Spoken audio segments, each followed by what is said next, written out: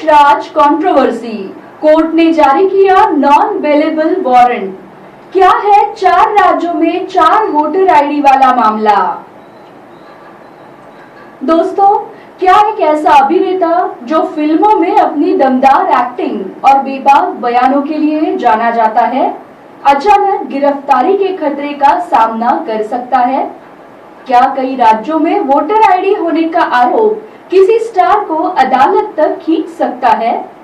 और आखिर ऐसा क्या हुआ कि अभिनेता प्रकाश राज के खिलाफ गैर जमानती वारंट जारी होने की खबर पूरे देश में चर्चा का विषय बन गई। नमस्कार, आप देख रहे हैं जनक्रांति न्यूज और आज हम बात करेंगे अभिनेता प्रकाश राज से जुड़े उस मामले की जिसने मनोरंजन जगत से लेकर राजनीतिक गलियारों तक हलचल मचा दी है। लेकिन इस कहानी में सिर्फ एक कोर्ट केस नहीं है, बल्कि इसमें राजनीति, विवाद, लोकप्रियता, करोड़ों की संपत्ति और एक ऐसे अभिनेता का सफर भी शामिल है जो अक्सर अपनी राय खुलकर रखने के लिए सुर्खियों में रहते हैं। सबसे पहले बात उस मामले की जिसने प्रकाश राज को फिर से खबरों में ला दिया।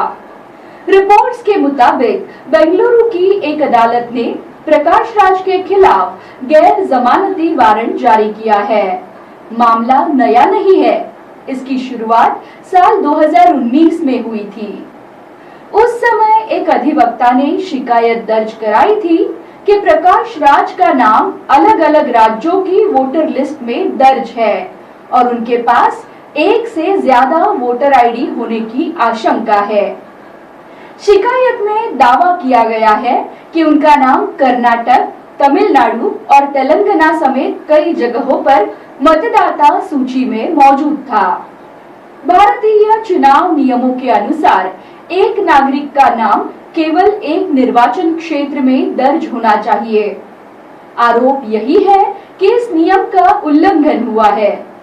हालांकि यह भी उतना ही महत्वपूर्ण है कि ये आरोप अभी अदालत में सिद्ध नहीं हुए हैं और अंतिम फैसला न्यायिक प्रक्रिया के बाद ही सामने आएगा। हालिया रिपोर्ट्स के अनुसार अदालत द्वारा भेजे गए समन पर उपस्थित न होने के बाद यह मामला और गंभीर हुआ और इसी वजह से गैर जमानती वारंट जारी किए जाने की खबर सामने आई। लेकिन कहानी यही खत्म नहीं होती। सवाल यह है कि आखिर प्रकाश राज कौन है और क्यों हर बार उनका नाम किसी न किसी बड़े विवाद के साथ चर्चा में आ जाता है। प्रकाश राज भारतीय सिनेमा के उन चुनिंदा कलाकारों में गिने जाते हैं जिन्होंने दक्षिण भारतीय फिल्मों से लेकर बॉलीवुड तक अपनी अलग पहचान बनाई। खलनायक हो, गंभीर किरदार हो या भावनात्मक भूमिका, उन्होंने हर तरह के रोल में दर्शकों का दिल जीता। दिलचस्प बात यह है कि उनका फिल्मी सफर किसी बड़े फिल्मी परिवार से शुरू नहीं हुआ था। उन्होंने थिएटर से शुरुआत की, नुक्कड़ नाटक किए, बेहद कम पैसों में काम किया और धीरे धीरे अपनी प्रतिभा के दम पर इंडस्ट्री में जगह बनाई। कहा जाता है कि थिएटर के दिनों में उन्हें महीने के कुछ 100 रुपए ही मिलते थे, लेकिन अभिनय के प्रति जुनून ऐसा था कि उन्होंने संघर्ष जारी रखा। इसके बाद टीवी सीरियल्स और फिर फिल्मों का रास्ता खुला। कन्नड़ फिल्मों से शुरुआत करने वाले प्रकाश राज ने तमिल, तेलुगु, मलयालम और हिंदी सिनेमा में अपनी ऐसी छाप छोड़ी कि आज उन्हें देश के सबसे बहुमुखी कलाकारों में गिना जाता है। बॉलीवुड दर्शकों को शायद फिल्म वांटेड का उनका खतरनाक विलन याद होगा।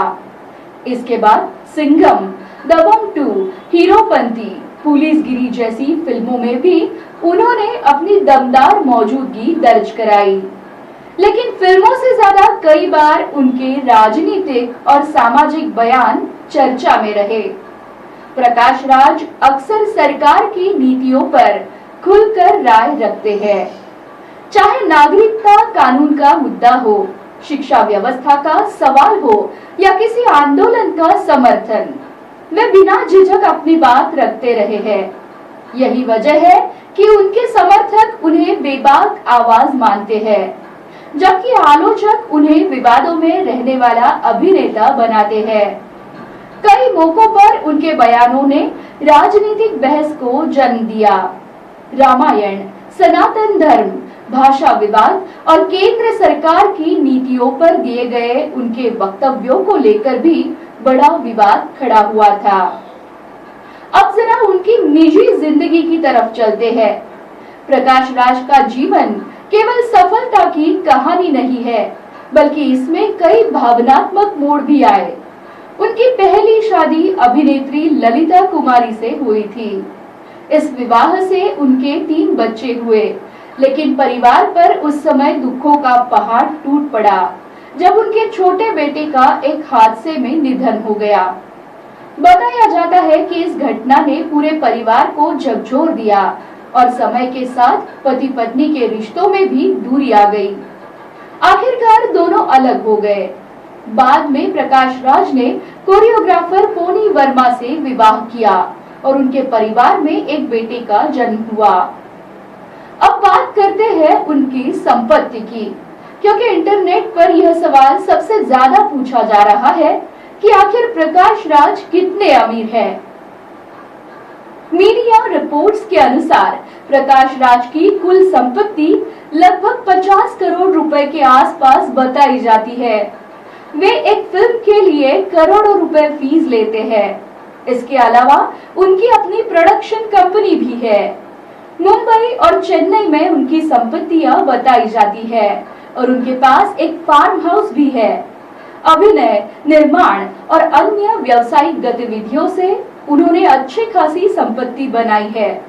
हालांकि अलग-अलग रिपोर्ट्स में आंकड़े बदल सकते हैं। अब फिर लौटते हैं उस कानूनी मामले पर जिसकी वजह से आज उनका नाम सुर्खियों में है। यहाँ एक बात समझना बेहद जरूरी है। अदालत द्वारा जारी वारंट का मतलब किसी व्यक्ति का दोषी साबित हो जाना नहीं होता। यह केवल न्यायिक प्रक्रिया का हिस्सा होता है। आरोपों की जांच, सबूतों की जांच और अदालत में दोनों पक्षों की दलीलों के बाद ही किसी निष्कर्ष पर पहुंचा जाता है। इसीलिए इस मामले में भी अंतिम सच्चाई अदालत की प्रक्रिया पूरी होने के बाद ही सामने आएगी। फिलहाल मामला कानूनी जांच और सुनवाई के दायरे में है। तो दोस्तों, एक तरफ फिल्मों का सुपरस्टार, 5 राष्ट्रीय पुरस्कार जीतने वाला अभिनेता, करोड़ों की संपत्ति और लाखों प्रशंसक, दूसरी तरफ विवाद, राजनीतिक बयान और अब वोटर आईडी से जुड़ा कानूनी मामला। आखिर इस पूरे प्रकरण का अंत क्या होगा? क्या अदालत में प्रकाश राज को राहत मिलेगी या फिर यह मामला उनके लिए नई मुश्किलें खड़ी करेगा? इसका जवाब आने वाले समय में ही मिलेगा।